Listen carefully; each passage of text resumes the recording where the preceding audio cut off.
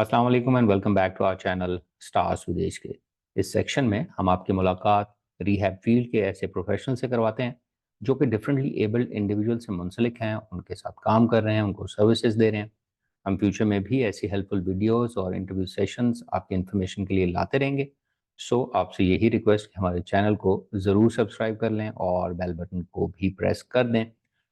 इसके अलावा अपने आसपास दीगर पेरेंट्स तक ये इन्फॉर्मेशन ज़रूर पहुंचाएं, मे बी किसी के लिए हेल्पफुल हो सके। चलते हैं आज के सेशन की तरफ। आज के सेशन में हमें कराची से ज्वाइन किया है मरियम आबिद ने, जो कि साइकोलॉजिस्ट एंड बिहेवियर थेरेपिस्ट हैं।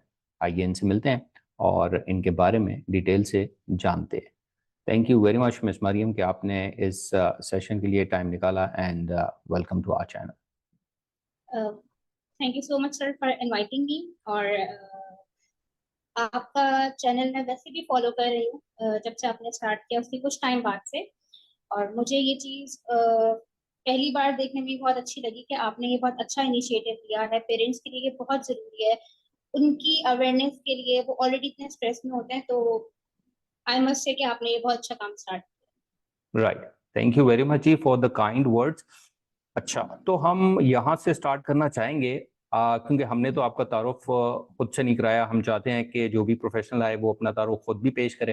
सो हम यहीं से स्टार्ट करेंगे कि आप अपने बारे में थोड़ा हमें बताइए, ख़ास तौर पर अपनी एजुकेशन और प्रोफेशनल जर्नी के बारे में, कि ताकि हम उसको फिर आगे लेके चलें। अच्छा जी, मैंने अपना मास्टर्स किया हुआ है एजुकेशनल साइकोलॉजी में। उसके बाद मैंने 1 ईयर का गैप लिया। उसमें I was working with an organization as a psychologist. और उसके बाद फिर मैंने अपना पोस्ट मैजिस्ट्रल डिप्लोमा कंप्लीट किया, सर्टिफिकेशन प्रोग्राम, जो कि 1 साल का था। और इस सब के बीच में मैं काम करती रही हूँ। मेरा अब तक इस फील्ड में 8 to 9 ईयर्स का एक्सपीरियंस है।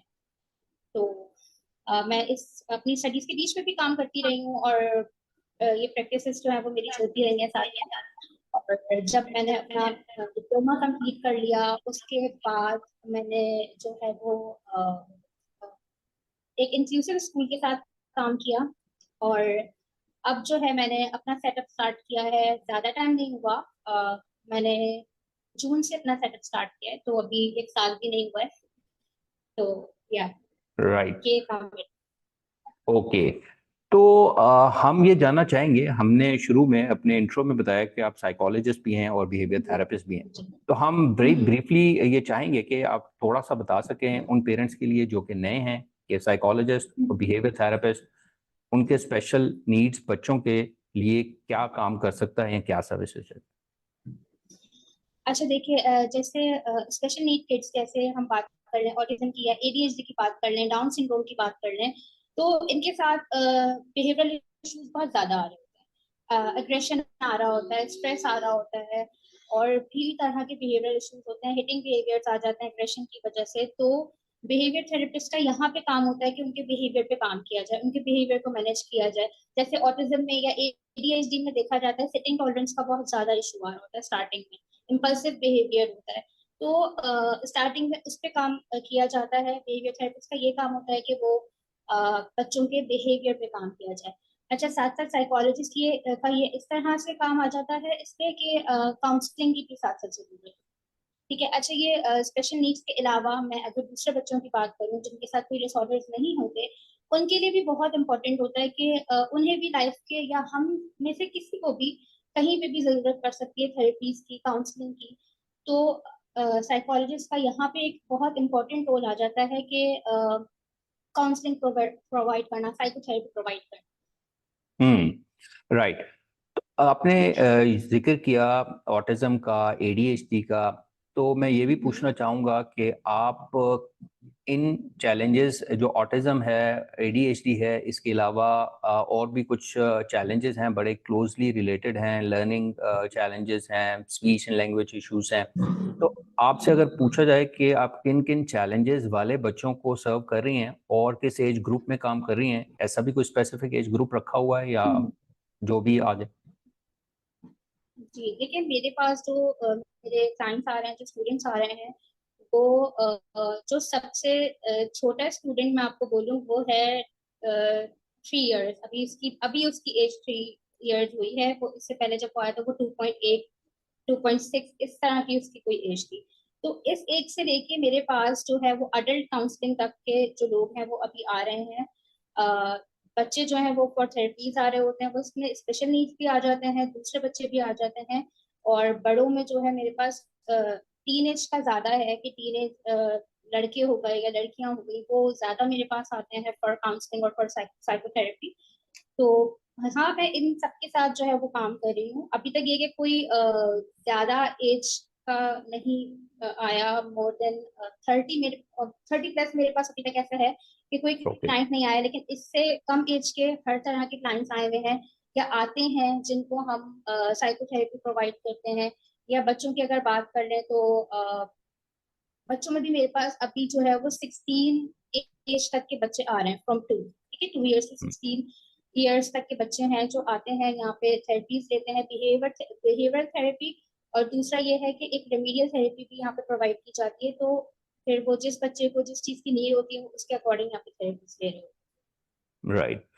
तो आप किस तरीके से काम करती हैं? जैसे साइकोथेरेपी वाले सेशन जो हैं, बिहेवियर सेशन जो हैं, ज़्यादातर वन ऑन वन फोकस्ड होते हैं, तो ऐसे बच्चे जिनको ग्रुप सेशंस की या ऐसी जॉइंट सेशन की ज़रूरत पड़ सकती है, तो उसके लिए भी कुछ कैसे काम करने का तरीका मैं पूछना चाह रहा हूँ कि कैसे करते हैं?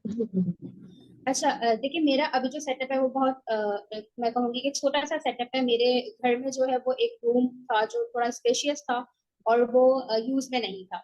मुझे अपना काम जो है मैंने कंटिन्यू रखना था। एक होता है ना कि हमेशा से आपका प्लान गोल्स होते हैं, फ्यूचर गोल्स होते हैं। तो मेरा था कि मैंने कभी अपना काम रोकना नहीं है।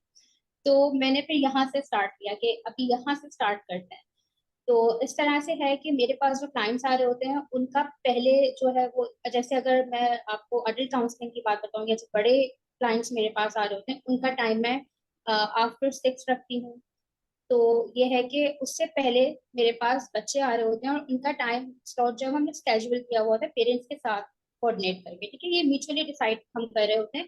पेरेंट्स से भी पूछ लेते हैं कि उनको कौन सा टाइम जो है वो ज्यादा फीसिबल रहेगा, वो किस टाइम, उनका प्रेफर टाइमिंग क्या है, डेज क्या है उनके। फिर उसके अकॉर्डिंग हम वो पूरा मिलके पेरेंट्स के साथ प्लान बनाते हैं कि इस दिन जो है इस बच्चे ने थेरेपी पे आना है। मतलब 45 मिनट सबके डिसाइडेड है, ठीक है, 45 मिनट टू 1 आवर तक का एक सेशन होता है।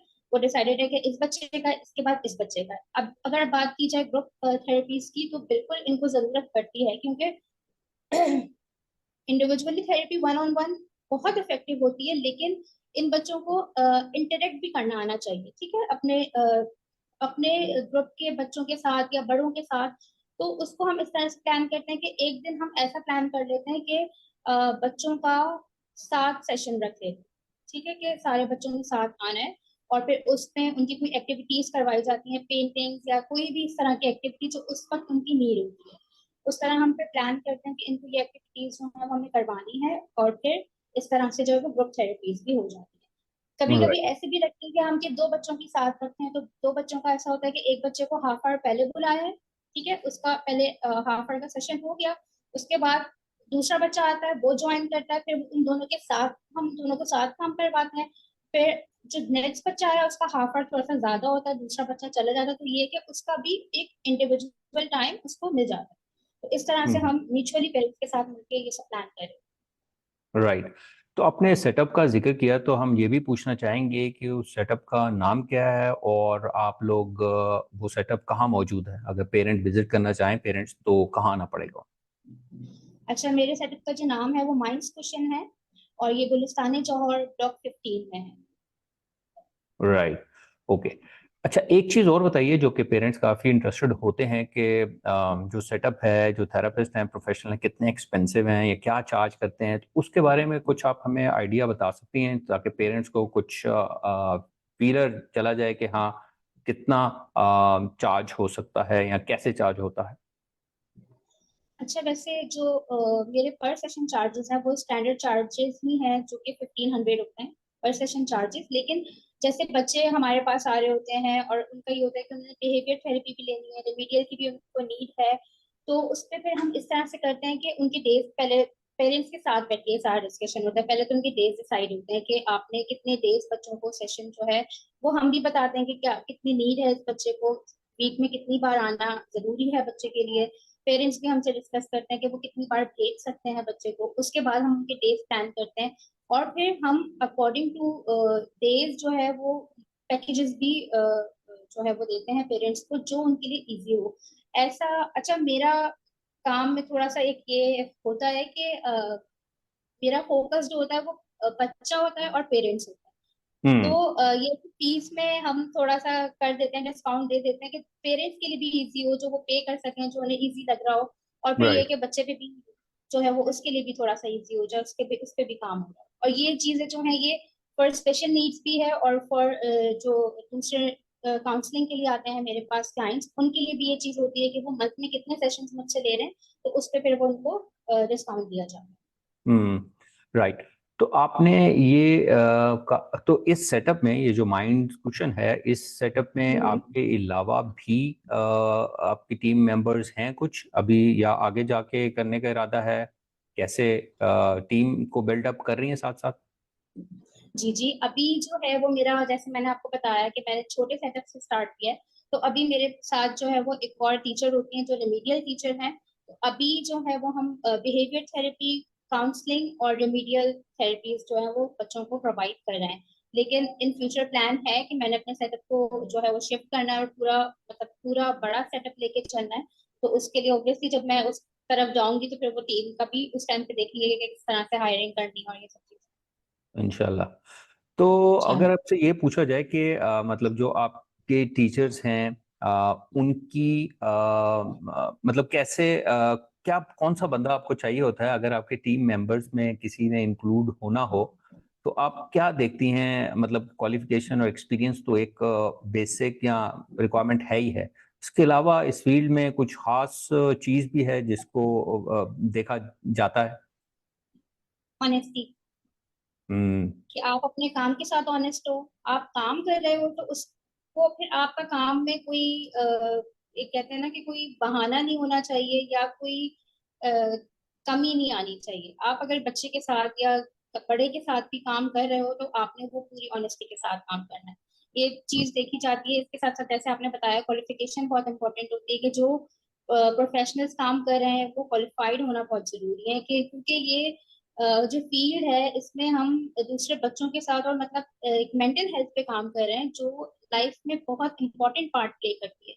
तो यहाँ पे अगर लैकिंग्स आ जाएंगी तो फिर तो अगली पूरी लाइफ जो है वो इंसान की खराब होने के चांसेस होते हम्म।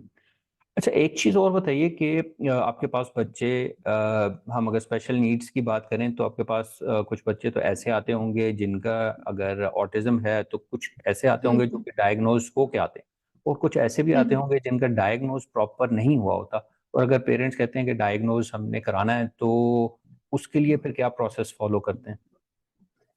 अच्छा, जैसे मैंने अपना आपको पोस्ट मैजिस्ट्रेट डिप्लोमा का बताया, वो मैंने एक असेसमेंट एंड काउंसलिंग में ही किया हुआ है। और मेरे पास टूल्स अवेलेबल हैं असेसमेंट के। लेकिन फिर भी अभी मैं मजीद प्रैक्टिस कर रही हूँ असेसमेंट को, क्योंकि असेसमेंट के लिए मुझे ऐसा लगता है कि आपको बहुत ज्यादा प्रैक्टिस की जरूरत होती है और आपको बिल्कुल परफेक्ट होना चाहिए, तो फिर आप असेसमेंट प्रोवाइड करो। तो यही है कि साथ साथ प्रैक्टिस भी मेरी असेसमेंट में चल रही है। और वैसे तो अभी तक मेरे पास जितने क्लाइंट्स आए हैं वो कहीं से उनको डायग्नोसिस मिला ही हुआ होता है, वो फिर यहाँ पर आते हैं थेरेपीज के लिए। लेकिन राइट। अगर मुझे ऐसा लगता है कि इस बच्चे पे जो है मैं टेस्ट अप्लाई कर सकती हूँ, अगर मैं फील करती हूँ कि हाँ ये इजी टेस्ट इस पे अप्लाई होना है और मैं इसमें मेरी अच्छी प्रैक्टिस हुई हुई है, मैं ये कर लूंगी, तो मैं कर लेती हूँ। लेकिन अगर मुझे लगता है कि नहीं अभी मैं यहाँ नहीं कर सकती, तो फिर मैं उनको कहीं और रेफर कर देती हूँ कि आप डायग्नोसिस या असेसमेंट जो है वो कहीं और से करवा के। क्या कराची में बहुत से प्रोफेशनल्स अवेलेबल हैं जिनसे असेसमेंट हम्म। या डायग्नोसिस प्रॉपर हो भी सकता है? अच्छा, एक चीज और बताइए, आपने पेरेंट्स का जिक्र किया कि पेरेंट्स के साथ काफी फोकस्ड होके काम करना पड़ता है और करते भी हैं, तो पेरेंट्स की काउंसलिंग, ट्रेनिंग, उसकी गाइडेंस की भी जरूरत पड़ती है, और एक पेरेंट की डिमांड होती है कि सेशंस हमें ऑब्जर्व भी करने दिया जाए ताकि हम देख सकें कैसे काम होता है, हम घर पे काम कर सकें वैसे। तो ये जो पेरेंट्स की डिमांड होती है, इसको कैसे फिर रिस्पॉन्ड करती हैं? ऐसे पेरेंट्स मेरे पास आए हैं जिनकी ये होती है डिमांड के वो ऑब्जर्व करना चाह रहे हैं, तो उनको मैं इस तरह से उनसे डील कर रही हूँ। एक तो मेरा जो सेटअप है वो ऐसा सेटअप है कि अगर यहाँ पे बच्चे के साथ अंदर काम हो रहा है तो पेरेंट्स को पता चल रहा हो, ठीक है, कि काम हो रहा है या नहीं हो रहा। दूसरा ये कि मैं अलाउ कर देती हूँ कि पेरेंट्स को बोल देती हूँ कि आप वंस अ वीक या स्टार्टिंग के जो सेशंस होते हैं आप उसमें आप थोड़ी देर के लिए आके ऑब्जर्व कर सकती हैं, बैठ सकती हैं, लेकिन मैं उनको ये है कि थोड़ा इस तरह से करती हूँ कि बच्चा डिस्ट्रैक्ट ना हो इस हम्म। चीज की वजह से। और ज़ाहिर है बच्चा थेरेपिस्ट दोनों दोनों डिस्ट्रैक्ट ना हो रहे हो, वो अपना जो भी उनका काम है वो कर सकें, उसमें डिस्टरबेंस ना आ रही हो। और हाँ, हम ये भी साथ साथ करते हैं कि अक्सर हम ऐसे सेशन रखते हैं जिसमें जरूरी होता है कि बच्चा और पेरेंट्स दोनों की इन्वॉल्वमेंट हो। तो ये है कि वो फिर पेरेंट्स उससे काफी खुश रहते हैं और है मतलब सेटिस्फाइड रहते हैं कि उनको बच्चे के साथ भी सेशंस में जो है वो इंक्लूड किया जाता है, बिठाया जाता है। उसमें हम ये है कि फिर वो जैसे अगर फॉर एग्जांपल मदर साथ में आ रही है बच्चे के, तो मदर के साथ बच्चे की एक्टिविटीज हम प्लान करते हैं, फिर उनको इस तरह एंगेज रखते हैं साथ साथ, कि पेरेंट्स को भी पता चलता है कि यहाँ पे क्या काम हो रहा है, उनके बच्चे पे क्या काम हो रहा है, क्या चेंजेस आ रहे हैं, मजीद किस चीज की नीड है उनके बच्चे को, तो वो भी इस तरह से इसमें इंडल्ज रहते हम्म। तो आप ये फिजिकल अपने सेटअप पे सर्विसेज दे रहे हैं, तो क्या आप इस सेटअप से या खुद से ऑनलाइन सर्विसेज भी दे रहे हैं? हैं। जी, मेरी जो काउंसलिंग की सर्विसेज हैं वो ऑनलाइन है। मेरे क्लाइंट्स हैं जो इंटरनेशनल क्लाइंट्स भी हैं, मेरे पाकिस्तान के भी कराची में भी रहते हुए या पाकिस्तान में भी ऐसे क्लाइंट्स हैं जो मुझसे ऑनलाइन सेशंस ले रहे हैं। लेकिन मेरी जो प्रेफरेंस होती है वो इन पर्सन ज्यादा मैं प्रेफर करती हूँ, क्योंकि मुझे ऐसा लगता है कि स्पेशली बच्चों को मैं अवॉइड करती हूँ ऑनलाइन सेशंस लेना। मुझे ऐसा लगता है कि बच्चों के साथ इन पर्सन ही काम ज्यादा बेहतर हो सकता है। और हम्म। बड़ों में ये आ जाता है कि अडल्ट काउंसलिंग की तरफ हम बात करें तो हाँ, उनके साथ फिर भी उनके लिए भी मैं यही चीज कहूंगी कि ज्यादा इफेक्टिव इन पर्सन ही होता है। लेकिन अगर जैसे कुछ जो है प्रॉब्लम्स होते हैं, कुछ खवातीन जो है वो आ नहीं पा रही होती, उनके लिए सेशन जरूरी होते हैं, तो फिर उनको मैं ऑनलाइन सर्विसेज प्रोवाइड करती हम्म।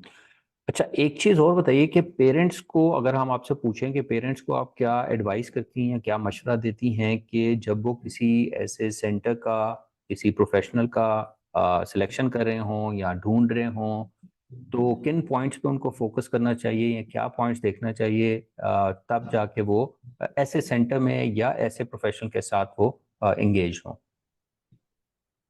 देखिए, सबसे पहले तो इस चीज में क्वालिफिकेशन आ जाती है कि जो भी प्रोफेशनल्स काम कर रहे हैं, पेरेंट्स को इतना राइट होता है कि वो क्वालिफिकेशन के बारे में पूछ सकें। मुझसे भी अगर कोई आते हैं पेरेंट्स, तो वो मुझसे मेरी क्वालिफिकेशन पूछते हैं और मैं उनको सेटिस्फाई करती हूँ कि ये मेरी क्वालिफिकेशंस हैं, क्योंकि ये उनका एक मेजर कंसर्न होता है। तो कहीं और भी जाते हैं तो उनको यही है कि जिस थेरेपिस्ट से वो सर्विसेज लेना चाह रहे हैं वो क्वालिफाइड हो, उसको जो है वो अ, पता हो कि मैंने किस तरह से काम करना है बच्चे के साथ या बड़ों के साथ जो भी है।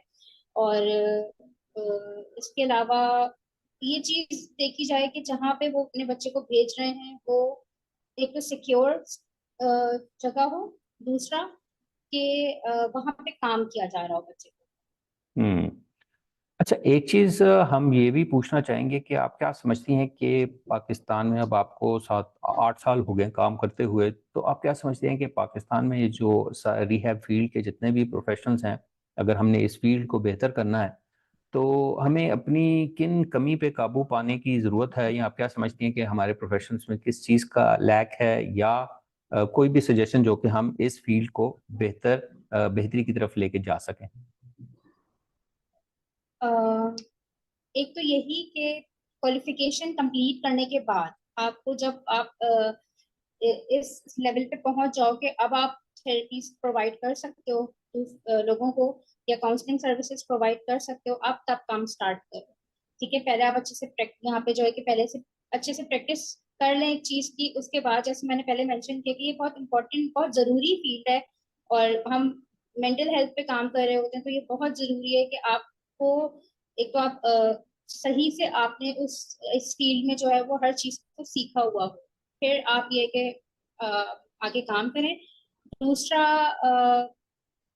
अवेयरनेस का मुझे लगता है कि अभी भी बहुत सारे ऐसे एरियाज या ऐसी जगहें हैं जहाँ पे अभी भी मेंटल हेल्थ के बारे में अवेयरनेस नहीं है, अभी भी लोगों को इन चीजों के बारे में नहीं पता। तो अवेयरनेस मुझे लगता है कि वैसे तो अल्लाह का शुक्र है कि अब काफी हद तक अवेयरनेस है इस चीज के बारे में, लेकिन मुझे लगता है कि ये और होनी चाहिए, लोगों को और पता चलना चाहिए, और इन स्पेशल नीड्स किड्स पे जो है वो और बेहतर से काम होना चाहिए। दूसरा एक मुझे ये है कि खैर ये तो हर बच्चे के लिए है कि हमें इनको रेस में नहीं लगाना चाहिए। जैसे रेस में लगा दिया जाता है बच्चों को कि तुमने हम्म। इतने ग्रेड्स लेकर आने, इतने मार्क्स लेकर आने, इससे आगे निकलना है। तो हम्म। उनको उनकी एबिलिटी के अकॉर्डिंग काम करने दिया जाए, जितना वो कर सकते हैं उन्हें उतना करने दिया जाए, क्योंकि हर बच्चे में जो है वो कोई ना कोई एक खास बात होती है, कोई एक स्किल होती है, उस बच्चे को उसमें जो है वो जाने दिया जाए, इतना फोर्स ना किया जाए कि तुमने जो है फॉर एग्जाम्पल मैं आपको एक एग्जाम्पल देती हूँ कि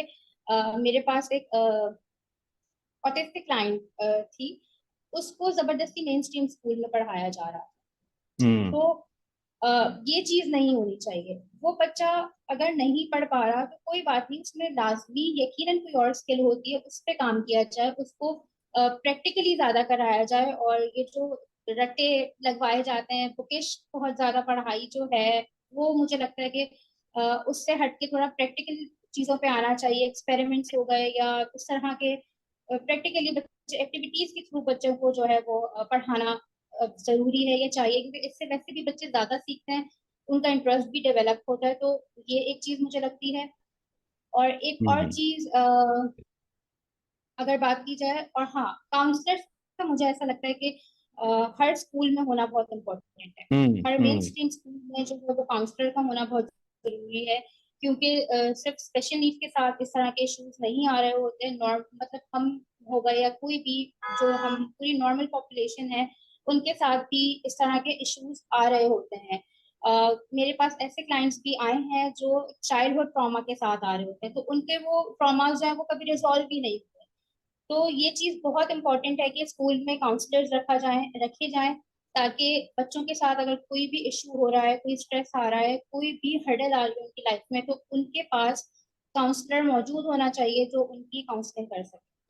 हाँ नहीं, ये वाकई बहुत इंपॉर्टेंट पॉइंट है कि ये काउंसलिंग हमारे यहाँ नहीं, ये कॉन्सेप्ट इतना कि उस हम्म। प्रोफेशनल को एंगेज किया जाए जिसकी वजह से वो प्रॉब्लम डायग्नोज हो नहीं पाते और बच्चा बहुत अरसे तक उसी में रहता है। अच्छा, एक चीज और बताइए, एज अ साइकोलॉजिस्ट भी आप बता सकती हैं ज्यादा बेहतर कि अब बहुत से ऐसे सॉफ्ट वर्ड्स आ गए हैं जो कि, और पहले बहुत से ऐसे वर्ड्स यूज होते रहे हैं और अभी भी खैर हमारे माशरे में तो हो ही रहे हैं, जो कि बाकी जगहों पे obsolete हो चुके हैं। तो आप क्या समझती हैं कि ये जो सॉफ्ट वर्ड्स हैं, अच्छे अच्छे वर्ड्स जो हमने निकाल लिए हैं, तो वो उनसे पेरेंट्स पे, बच्चों पे अच्छा असर भी पड़ता है या नहीं?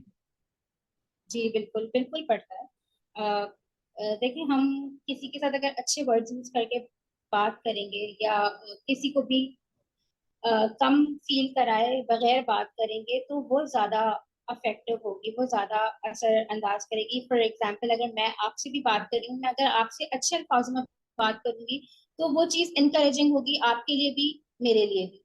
तो बच्चों बच्चे ऐसा लगता है कि उन्हें कुछ समझ नहीं आ रहा है या वो भी छोटे हैं, लेकिन बच्चों को चीजें समझ में आ रही होती है, वो वर्ड समझ में आते हैं उन्हें।